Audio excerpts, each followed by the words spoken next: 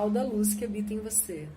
Bom, hoje eu vou falar um pouquinho sobre a minha experiência em determinadas religiões.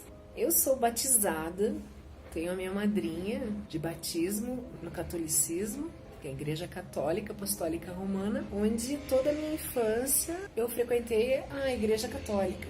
Sempre tive essa ligação por conta das minhas avós. Meus avós todos são falecidos e tiveram muita importância na minha vida. A minha avó pura, que é da parte do meu pai, muito religiosa, e graças a Deus eu tive um insight de... Quando meu filho era pequeno eu fui visitar e falei para ela contar a história do menino Jesus. Então hoje eu tenho essa historinha gravada com a vozinha dela e realmente às vezes eu me pego pensando nela, eu vou lá e ouço a voz dela contando a história do menino Jesus e tudo. Isso aí me acalma. A minha avó, da parte da minha mãe, a avó Marta, também muito católica. Até hoje eu tenho a imagem pequenininha que brilha no escuro, e quando ela me deu, ela falou: olha, filha, pede toda vez para Santo Antônio para trazer um marido bom para você, assim como seu avô sempre foi para mim. Então essas coisas a gente tem na nossa raiz, são coisas que vêm da nossa infância, dos nossos antepassados. Então assim, a gente nunca deve deixar de valorizar essa parte. Todas as religiões, elas têm um lado bom e tem o lado onde você se sente oprimido. No meu caso, eu fui ficando mocinha, aí eu comecei a estudar bastante sobre o espiritismo, Allan Kardec. Frequentei muitos anos o kardecismo. Depois desse período, eu voltei para católico. Aí foi quando eu já tinha meu filho. Foi uma época muito dura na minha vida, quando eu fiquei viúva, porque eu fiquei casada 1 ano apenas. Meu filho tinha 1 ano e 6 meses. E essa pessoa faleceu e me fez ficar muito, muito triste, porque na semana que eles se encontravam na UTI, eu me apeguei muito com Deus, me apeguei muito com Nossa Senhora. Eu rezava 24 horas por dia. No entanto, ele acabou morrendo. Mas hoje eu entendo tudo isso. Hoje eu consigo entender. Nessa época, eu fiquei muito revoltada e indignada por essa pessoa não ter tido a chance, que é o pai do meu filho, não ter tido a chance de viver, de mudar, de melhorar, de fazer novas escolhas na vida dele. Era muito novo, tinha 21 anos quando faleceu. 21, 22. E aí eu me tornei budista. Fiquei um bom tempo sendo budista, Nichiren Daishonin, que é tudo que é de bom no universo para dentro de mim, que é o Nam-myoho Renge-kyo. É uma filosofia de vida, na verdade. Dessa caminhada toda, depois eu voltei novamente para o espiritismo. Então, assim, tudo isso foi acontecendo na minha vida. Eu pude perceber que o importante de cada religião é você tirar tudo que é de bom nessa religião e usufruir para você, entender, aprender. Cada uma tem a sua doutrina, são formas de doutrinar e controlar as pessoas.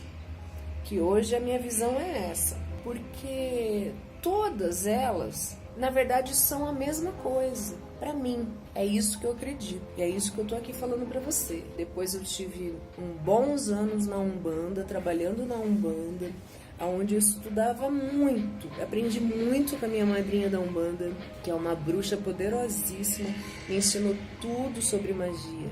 E nessa época eu morava no litoral e eu estudava muito sobre todos os orixás, sobre as oferendas, sobre os Exus, as pombagiras, e na verdade eu tive um bom conteúdo e aprendi muita coisa. Depois eu mudei e não encontrei mais, não tive um local de confiança onde eu pudesse estar frequentando. Nesse momento eu também estava me envolvendo bastante com magia, estudei muito sobre magia, sobre as deusas, as mitologia grega, mitologia egípcia. De tudo isso, o que eu quero falar para você é que todas as religiões têm o seu valor. Eu não entendo por que uma fica falando da outra, por que o preconceito existe entre as religiões. Isso é uma coisa que eu não admito, porque, na verdade, todos somos um. Deus está dentro da gente. Deus é o Senhor do universo, o grande arquiteto do universo, Gadu.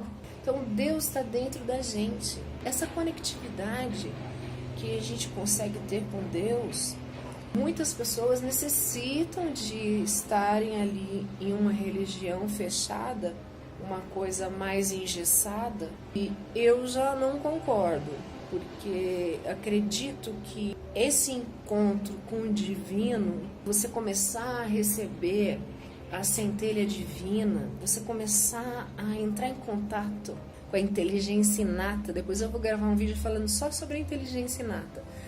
Você começar a entender o universo, Gaia, Mãe Terra. Você começar a entender que o amor, tudo isso está dentro de você e que você consegue receber a energia de Deus e do universo através de você mesmo, assim. Desnecessariamente você precisa de ir a um local. Só que eu entendo também que muitas pessoas precisam de um templo, de ir a uma igreja, de seguir aquela doutrina, de seguir aquela religião e achar que aquilo tudo é verdadeiro.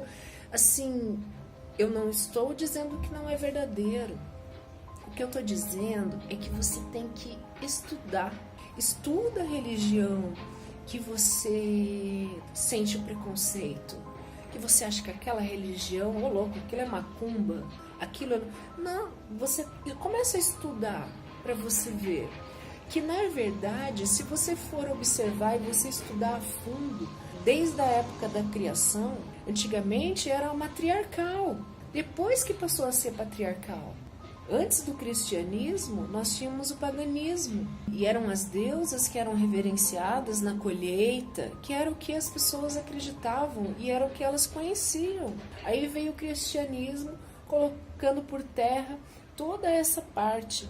Mas hoje eu vejo que isso tudo foi guardado, porque existe um equilíbrio, existem muitas pessoas que estudam e conseguem identificar a semelhança, assim como eu consigo identificar a semelhança nas religiões. Se você for ver todas as religiões africanas, quando os negros vieram para o Brasil, o porquê das oferendas. Existem histórias que as oferendas eram feitas quando os negros fugiam, iam para o quilombo.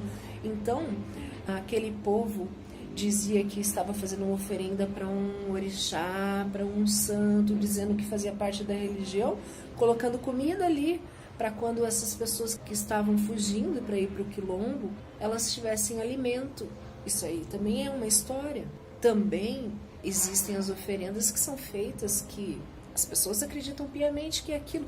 Então, assim, para você se conectar com uma energia, às vezes você precisa de alguns objetos, alguns artifícios como comidas, para você entrar na frequência, para você conseguir sentir. Muitas vezes você não precisa de nada. Eu estou num momento que eu gosto muito de fazer magia natural, utilizando os elementos da natureza e os elementais, né? Nós temos terra, água, fogo e ar. Nós temos tanta coisa boa, tanta coisa bonita ali. Essas energias, na verdade, elas estão também nas religiões. Se você for observar um santo na Igreja Católica, no sincretismo onde tem na Umbanda, esse santo, ele é chamado com outro nome, é um orixá. Santa Bárbara, na Igreja Católica, é Yansan, na Umbanda. E se for ver todas as características e comparar com as deusas que eram reverenciadas no passado, as características, cada santo, cada orixá tem as mesmas características. Então você pode até ter a liberdade de falar, olha, esse orixá é esse santo, é essa deusa, assim por diante. Se você tem dúvida, estuda a respeito. Ao invés de você ter preconceito com uma religião ou com uma filosofia de vida, estuda sobre ela. Procure saber o porquê de tudo aquilo. Hoje eu sou uma pessoa espiritualizada, porque eu tenho pessoas da minha família que são evangélicos também, e eu sei que para muitas pessoas você não pode falar abertamente, porque a pessoa está engessada. Então não tem necessidade de você entrar em conflito com pessoas assim. Eu não digo que elas não estão certas, que elas estão certas também. No saber delas, elas estão certas. E quem é você para dizer que não? Então aí é que tá. É você entender que o outro também faz parte de você, porque Deus, o universo, é tudo. E tudo é você. Você faz parte desse tudo. Então, qual é a melhor maneira de você entrar em contato com Deus, com o seu eu interior? Fazendo o bem. O que você faz? Começa a doutrinar você mesmo, começa a melhorar. Quando você for falar de alguém, pensa 2 vezes, por que eu estou falando dela? Eu não sei o porquê que ela está fazendo isso, qual é os motivos dessa pessoa, então eu não tenho o direito de falar.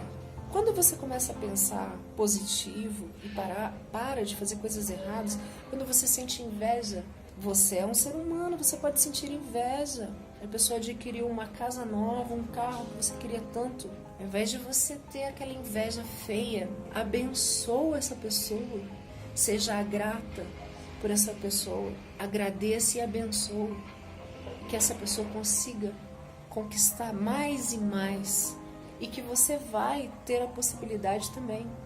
Porque o que é seu e está guardado.